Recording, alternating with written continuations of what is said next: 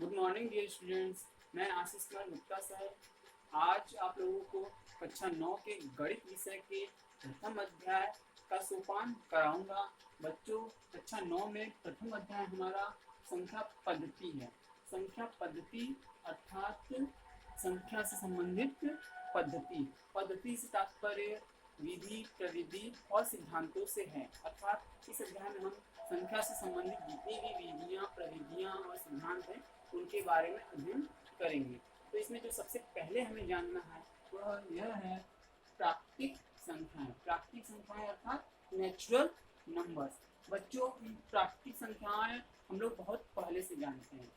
इसमें कौन कौन से नंबर्स आते हैं? 1 2 3 4 5 6, ऐसे ही बड़ी से बड़ी संख्या, कोई भी संख्या ले लीजिए, सभी प्राकृतिक संख्याएं होंगी। ऐसे ही अनंत तक आप संख्या लेते जाइए, सभी प्राकृतिक संख्या में आएंगे। अनंत तक हम ना जा करके हम ज़्यादा तो यहाँ पर लिख नहीं सकते क्योंकि स्पेस कम है। तो हम लोग क्या करते हैं, सारी संख्याओं को एक साथ लेने के लिए लास्ट में हम लोग क्या कर देते हैं, अनंत। अनंत यानी इनफाइनाइट का एक सांकेतिक रूप यानी सिंबल यहाँ पर दिखा देते हैं। इसे अनंत हम लोग पढ़ते हैं। यह क्या है? इनफाइनाइट।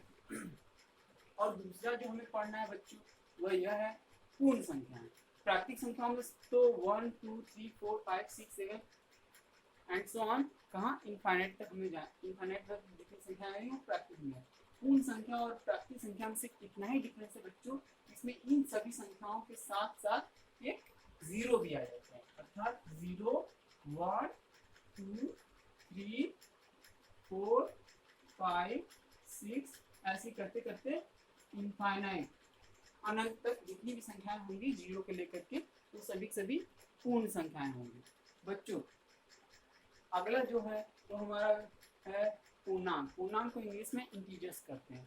बच्चों, पूर्ण संख्या के जस्ट बाद पूर्णांक का अध्ययन किया जाता है। पूर्णांक में देखिए बच्चों कौन कौन सी संख्या आती है, 0 1 2 3 4 5 6 7 8 ऐसे करते हुए लास्ट में क्या आ जाएगा, इनफाइनाइट। बच्चों, ये सारी संख्या हमें देखिए पूर्ण संख्या में ऑलरेडी दिख रहा है। बच्चों, इसमें सिर्फ कुछ संख्याएं और अधिक हो जाती है। कौन कौन संख्याएं होती है? 1 है, यहाँ पे +1 है तो यहाँ पर -1। बच्चों, इसे सिर्फ 1 मत समझिएगा।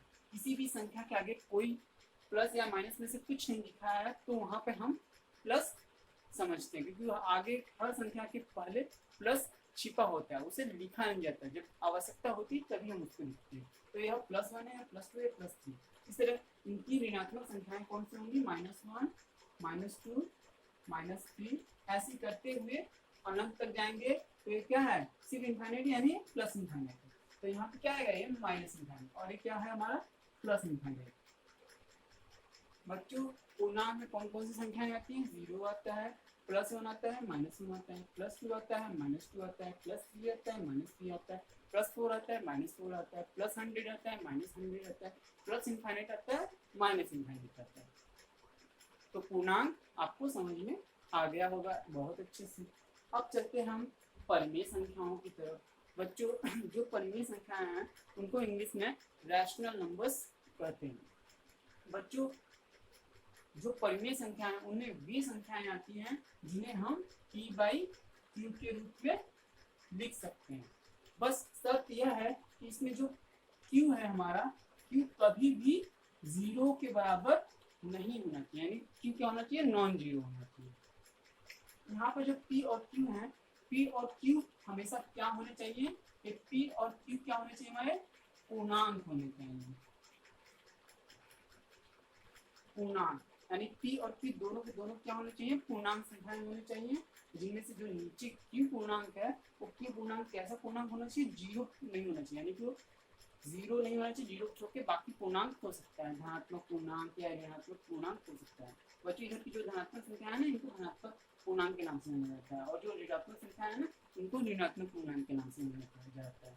ठीक है, आगे देखिए बच्चों, जैसे एग्जांपल के लिए, उदाहरण के लिए 2/3 को आप ले लीजिए। इसमें देखिए 2 और 3 दोनों देखिए क्या है, यहाँ पे धनात्मक पूर्णांक है ना।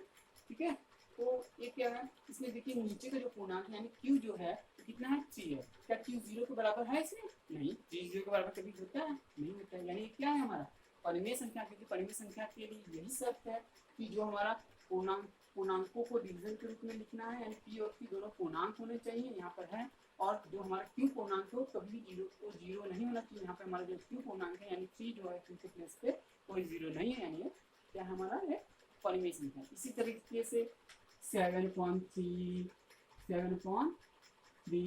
-6/5 इत्यादि बहुत सारी संख्याएं। इसमें देखिए -6.5 है बच्चों। इसमें देखिए -6 हमारा पूर्णांक है कि इधर आएगा ऋणात्मक पूर्णांक में -6, और 5 हमारा इस साइड रहेगा धनात्मक पूर्णांक में। ये दोनों पूर्णांक है, दोनों पूर्णांक होने चाहिए बच्चों। ये जरूरी नहीं है कि p और q दोनों धनात्मक पूर्णांक ही हो, कोई भी पूर्णांक हो सकते हैं, धनात्मक या ऋणात्मक।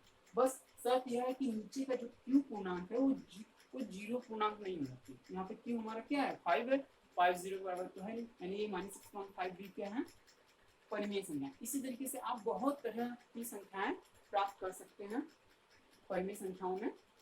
बस उसमें यह ध्यान दीजिएगा कि नीचे जो हो जीरो न हो, यानी जीरो नीचे अगर जीरो हुआ तो वो क्या हो जाएगा परिमेय संख्या नहीं होगा। क्योंकि नीचे कभी भी किसी संख्या में अगर नीचे जीरो हो जाएगा तो जीरो से जब किसी नीचे जीरो हो जाएगा तो जीरो से अगर किसी भी संख्या में भाग दिया जाता है तो पता है क्या होता है बच्चों, मैं आपको दिखाता हूँ। बच्चों मान लीजिए यहाँ पे हमारा कितना है 9 है, और नीचे हमने ले लिया जीरो पूर्णांक, दोनों पूर्णांक। नीचे मान लीजिए हमको q को जीरो नहीं लेना है, लेकिन हम ले लेते हैं चलिए जीरो ले लिया। तो q जीरो से जब 9 में हम लोग डिवाइड करेंगे तो पता है क्या आ जाएगा, इनफाइनाइट आ जाएगा। ठीक है बच्चों, और हमें ऐसा नहीं लेना है।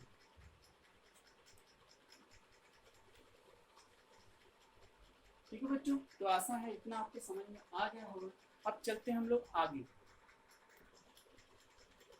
बच्चों अब आगे जो हमें पढ़ना है वह है भिन्न। भिन्न यानी फ्रैक्शन। बच्चों फ्रैक्शन क्या होता है इसे हम लोग समझ लेते हैं।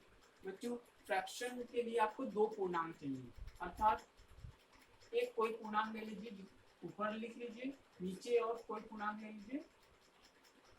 तो इस प्रकार जो हमें स्वरूप दिखेगा इसे हम लोग भिन्न कहते हैं।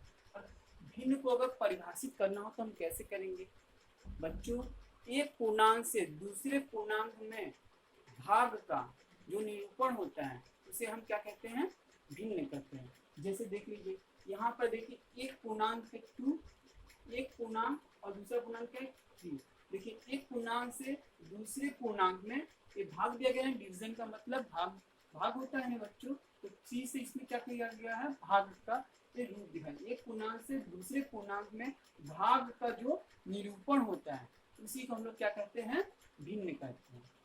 क्लियर बच्चों, अब आगे चलते हैं। इसी तरीके से और भी हैं, आप चाहें तो और भी बहुत सारे भिन्न निकाल सकते हैं। इस तरह के जितने भी होंगे माइनस, जैसे यहाँ पे एक और एग्जाम्पल लेते हैं 5.7, चाहे माइनस में हो या प्लस में हो, अगर एक पूर्णांक से दूसरे पूर्णांक में भाग का निरूपण होगा इस तरह का तो क्या हो जाएगा बच्चों, भिन्न यानी फ्रैक्शन हो जाएगा। तुल्य परिमेय संख्याएं। नेक्स्ट जो हमें पढ़ना है बच्चों वह है तुल्य परिमेय संख्याएं यानी इक्वल रैशनल नंबर्स। बच्चों यदि दो परिमेय संख्याएं एक दूसरे के समान हो जाए अर्थात बराबर हो जाए तो उन्हें हम क्या कहते हैं, तुल्य परिमेय संख्या। दूसरे शब्द में यह कह सकते हैं कि दो परिमेय संख्याएं यदि उनका दो परिमेय संख्याओं का आंकिक मान अगर समान हो तो एक दूसरे के क्या हो जाते हैं, तुल्य होते हैं। चलिए इसको ये एक उदाहरण देखते हैं। जैसे एक एग्जांपल ले लेते हैं 2/3। बच्चों 2/3 is equal to 2/4 is equal to 6/12 is equal to 5/10 is equal to 25/50।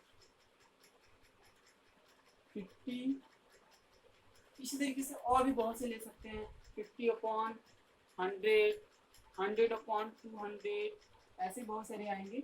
देखिए ये सभी के सभी क्या है, ये भी एक पूर्णांक है परिमेय संख्या, ये भी एक परिमेय संख्या, ये भी एक परिमेय संख्या, 5/10 भी एक परिमेय संख्या, 25/50 भी परिमेय संख्या है। इसी प्रकार 50/100 भी एक परिमेय संख्या है।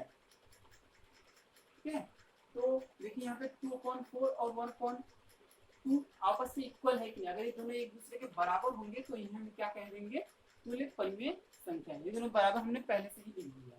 देखिए क्यों ये दोनों आपस में बराबर है। अगर हम लोग 2 से 4 को कट आप लोगों ने कक्षा 8 तक सीख चुके हैं आप लोग। 2 से 4 कितने टाइम्स में कटेगा? 2 2 ज़ 4 और ये 2 किससे कटा? 202 यहाँ पर हुआ और 2 2 ज़ 4 यानी 1/2 आ जाएगा। ऐसे इसको कट करिए। 6 1 ज़ 6 6 2 ज़ 12 6 कम 6 6 दूनी 12। देखिए 1/2 यहाँ पे आ रहा है, इसके बराबर है ना। ऐसे ही 5 1 ज़ 5 5 2 ज़ 10 5 कम 5 5 दूना 10 1/2 यहाँ पे भी आ 1/2 वहाँ पे आ रहा है यानी 1/2 के तो इक्वल होगा। यहाँ पर 1/2 इस 1/2 के इक्वल है, यहाँ पर 1/2 ये वाला इसके इक्वल है, ये सभी इसके इक्वल है यानी ये दोनों आपस में भी इक्वल है। इसी प्रकार 25 दूना 50 25 2 ज़ 50 आएगा, यहाँ पे भी 1/2 आ जाएगा। 50 से 100 को कितने टाइम्स में कट करेगा? 2 टाइम्स से में, तो ये 51 जो 50 ऊपर आ जाएगा और 52 ज़ 100 यहाँ पे 2 आ जाएगा, कट हो जाएगा। ऊपर 1 नीचे 2 1/2 वहाँ पे भी आ रहा है। तो इस तरीके से ये सारी की सारी क्या है? आपस में इक्वल है, अर्थात ये सभी सभी क्या है? तो ये परिमेय संख्याएं हैं।